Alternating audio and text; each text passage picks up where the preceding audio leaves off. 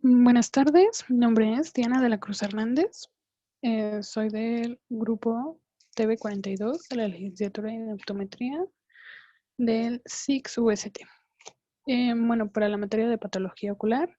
Y bueno, les voy a hablar sobre el glaucoma primario de ángulo cerrado. Vamos a empezar con una pequeña introducción sobre qué es el glaucoma. Y bueno, es un conjunto de procesos en los cuales una presión intraocular elevada produce lesiones que afectan al nervio óptico, provocando una pérdida del campo visual.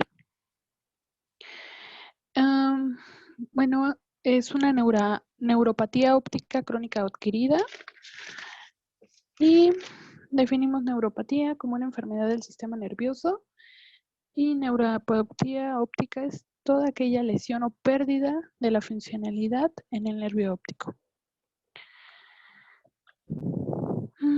En esta imagen observamos un ojo normal en el que la salida y el drenaje del humor acuoso es el adecuado y pues no hay ninguna obstrucción tanto en el drenaje. Mientras que en el glaucoma el humor acuoso está teniendo problemas en el drenaje entre la malla trabecular y esto provoca que la presión intraocular aumente, dañando al nervio óptico. El incremento de la presión se debe a la obstrucción de un flujo de salida del humor acuoso, que debe ser el resultado de un cierre del ángulo de la cámara, una anormalidad del sistema de flujo de salida, una falla relacionada con la red trabecular y el ángulo de la cámara. En esta imagen observamos un corte histológico en donde el disco del nervio óptico tiene una excavación adecuada comparada con una cabeza de nervio atrofiada. Y esto da lugar a una concavidad. Esto es de un glaucoma avanzado. La fisiopatología del glaucoma. En este hay una pérdida visual que se relaciona con la apoptosis de células ganglionares retinianas, causando un adelgazamiento de las fibras nerviosas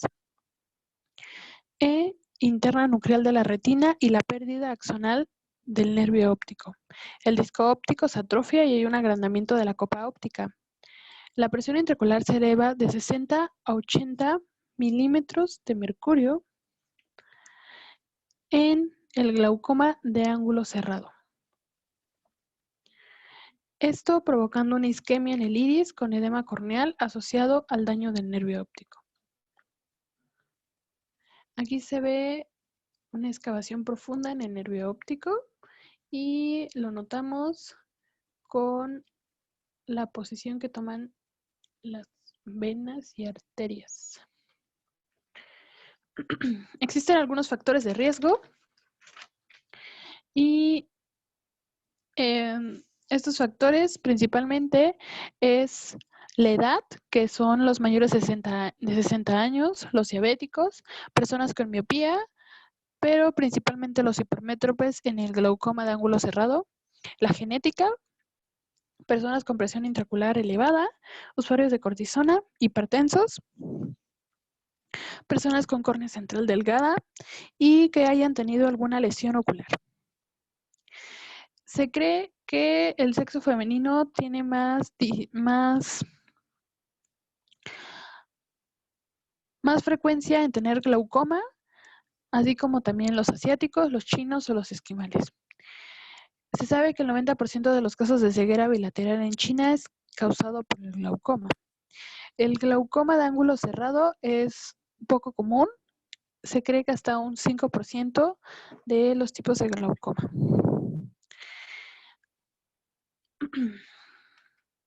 Para resumir el drenaje del humor acuoso, este es producido por el cuerpo ciliar. El líquido sale a través de la pupila y bueno, este va llega al sistema de drenaje del ojo, que es la malla trabecular, para luego ser absorbido en el torrente sanguíneo. Y bueno, la malla trabecular está ubicado en el ángulo iridocorneal. El drenaje adecuado ayuda a mantener una presión intraocular a nivel normal. La presión intraocular es aquella que se ejerce sobre las estructuras rígidas en el ojo y esta se relaciona con los líquidos que se encuentran en el interior del globo ocular, es decir, el humor vítreo y el humor acuoso. La presión intraocular depende del equilibrio de la producción del humor acuoso y su drenaje, y la presión intraocular cambia a lo largo del día, pero este se mantiene en un rango manejable. En esta imagen vemos un ojo sano comparado con un ojo con glaucoma, en el que el flujo del humor acuoso se acumula por la falla del drenaje. El glaucoma primario de ángulo estrecho. ¿Qué es el glaucoma primario de ángulo estrecho? En este hay una oclusión de la malla trabecular por el iris periférico y en este puede causar una pérdida de la visión. El ángulo está cerrado en muchas áreas o en su mayoría. En la imagen observamos que en este lado están los canales de drenaje, pero el iris está demasiado pegado a la córnea, es decir, que el ángulo iridocorneal es muy estrecho y pues el drenaje es inadecuado. El glaucoma primario indica que no hay ninguna enfermedad asociada, mientras que en el secundario hay otros factores oculares o sistémicos relacionados para la existencia del glaucoma. El ángulo estrecho se refiere a que hay 20 grados o menos en el ángulo iridocorneal. Hay un aumento en la presión intraocular, esto provocando una lesión en el nervio óptico, pero no se manifiesta y puede ser agudo o gradual. El glaucoma agudo, en la pupila, la pupila está en midriasis media, que es cuando nos mantenemos en la oscuridad, la persona está nerviosa o estresada, o hay una administración de midriáticos como la atropina. El humor acuoso empujará a la periferia del iris hacia adelante y el iris se desarrollará suficientemente abombado. En este ataque de glaucoma agudo puede haber dolor, enrojecimiento, una visión borrosa, se desarrolla principalmente en ojos hipermétropes y el glaucoma agudo requiere atención inmediata.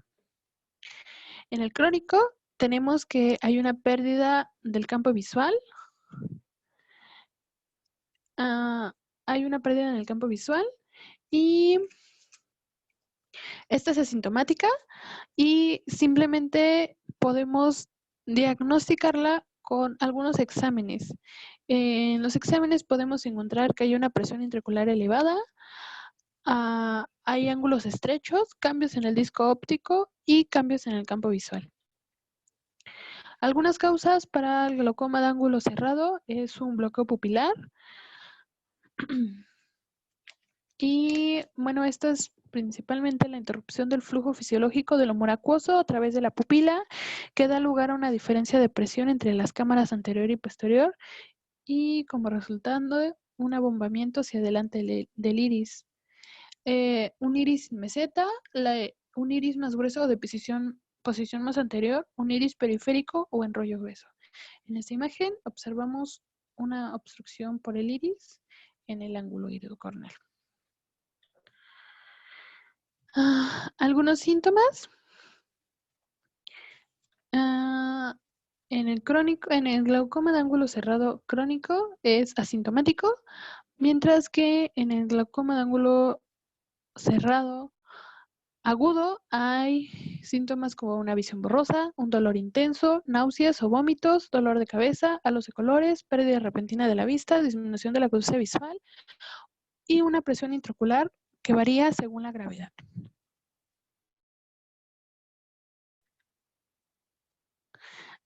Los signos, hay un ángulo iridocorneal estrecho, comparado con el glaucoma de ángulo abierto, el ángulo es muy evidente y, bueno, puede ser por varias causas, principalmente por el iris. Hay una epidemia y una nubosidad corneal.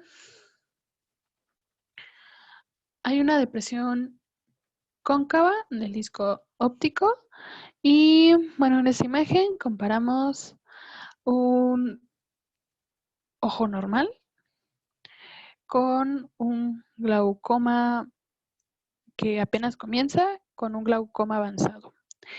Este es el nervio óptico y en esta parte observamos el disco óptico en un ojo totalmente normal. Este va a ser rosáceo y va a tener una excavación adecuada. Mientras que cuando en este que está comenzando apenas el glaucoma, se nota que la excavación ya es un poco evidente y puede observarse un poco de isquemia en la periferia de la retina.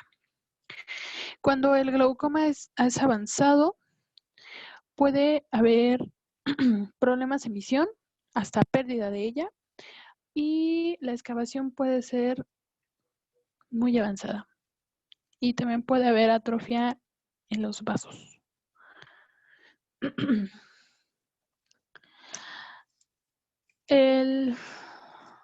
La presión intraocular adecuada es de 12 a 22 milímetros de mercurio. Cuando este supera a los 30 milímetros de mercurio, se altera la bomba endotelial necesaria para la transparencia corneal. Esto provoca que la córnea se vea turbia, como en esta imagen, y que impide visualizar el iris adecuadamente. El paciente refiere ver halos de colores. Cuando se supera a los 40 o 50 milímetros de mercurio, presenta dolor intenso y este dolor puede irradiarse al trigémino. Aparecen los blefarospasmos, como en la imagen, y el lagrimeo. Hay una hipotensión arterial, náuseas y vómito. Cuando se supera los 80 a 90 milímetros de mercurio, se colapsa la arteria central de la retina, provocando una isquemia retiniana, mucho dolor y disminuye la agudeza visual y hay una gran dureza del globo ocular al tacto. Si la isquemia retinaria no se resuelve, disminuyendo la presión intraocular, esta es irreversible, provocando una atrofia retiniana. El diagnóstico adecuado para el glaucoma de ángulo cerrado es la tonometría, que mide la presión intraocular. Este puede ser por un tonómetro que mide de forma indirecta la presión intraocular. Y hay diferentes tipos de tonómetros, como el tonómetro de aire, que es no invasivo, el de rebote, que es una sonda metálica microscópica en córnea, tonómetro de Goldman. Este es como el que está en la imagen, que se utiliza en la lámpara de Dura y una tinción con fluoresceína. El tonómetro de aplanamiento de Perkins, que es muy parecido al tonómetro de Goldman. Esta es recomendado realizar de 40 años en adelante. Y bueno, recordando que la presión intraocular adecuada es de 12 a 22 milímetros de mercurio, sabiendo que aunque esté dentro de los rangos, puede existir glaucoma. La oftalmoscopía. Esta no es recomendada para el glaucoma de ángulo cerrado, ya que al hacer la midriasis adecuada para hacer la oftalmoscopía, puede provocar que aumente la presión intraocular, causando un glaucoma agudo de urgencia. Pero este es recomendado de rutina desde los 35 años de edad y con este se observa la forma y el color del nervio óptico, que debe ser sin excavación y de un color rosáceo, como se ve en esta imagen, comparado con el nervio dañado de un ojo con glaucoma, en donde el disco ya está excavado y se nota con la posición que toman los vasos. La perimetría. Bueno, con la perimetría, vamos a medir el campo visual, que es el área de visión periférica, mientras vemos en un punto central. La perimetría, es para una perimetría computarizada, como en el ejemplo, y bueno, es un aparato especial en el que se coloca el paciente, se cubre un ojo y se debe de mirar a un punto fijo, que es una luz. Cuando observe o cuando haya estímulos de alguna otra luz sin mirar hacia los lados, sin quitar ese punto fijo, se oprime un botón, se presiona un botón cuando hay esa estimulación. Cuando hay esa estimulación, se pone de un color más claro, pero cuando no hay ningún estímulo, por más que la luz sea aún más brillante, va de un tono más oscuro. Y esto indica que aquí hay una pérdida del campo visual. La perimetría. Bueno, esa es la perimetría. La gonioscopía, es estos ejemplos, y estos se usan la lente de contacto para visualizar el ángulo entre el iris y la córnea. En ese se utiliza un biomicroscopio y un lente de contacto especial con espejos, como se nota aquí. Y este se recomienda a partir de los 40 años. La paquimetría. Mide el grosor de la córnea, y el grosor de la córnea tiende a ser de 500 a 600 micras en su parte central y de 600 a 800 micras en su parte periférica. Esta paquimetría debe de ser rutinaria en el glaucoma. La biomicroscopía. Con la técnica de Van Hering, estima la profundidad de la cámara anterior con la técnica y, bueno, nos ayuda a saber qué tan amplia es el ángulo iridocorneal comparado con el tamaño de el paralelepípedo que se observa, ya que esto es solo simplemente una estimación. En el tratamiento farmacológico, comenzamos con la pilocarpina, que es un agonista colinérgico. Esto es un miótico y mejora la facilidad de la salida. La pilocarpina se receta al 2% 4 veces al día en el ojo afectado y 1% en el otro ojo 4 veces al día. Cuando la pilocarpina se receta a un largo plazo, es al 1% 2 veces al día. El timolol, esto es un beta-bloqueador que disminuye la producción del humor acuoso. Este es al 0.5% 2 veces al día, y este se debe de utilizar con un miótico para evitar la obstrucción del ángulo iridocorneal.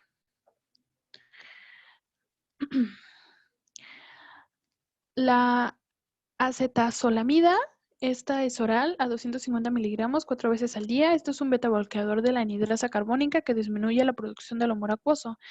Este puede utilizarse en tratamientos de urgencia para el glaucoma de ángulo cerrado agudo, y esta es intravenosa.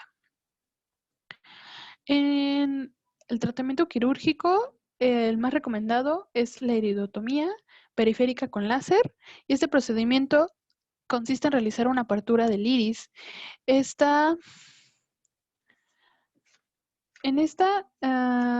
drenaje del iris permite que se aleje del canal de salida y que el líquido salga del ojo, logrando ampliar el ángulo en la mayoría de los casos.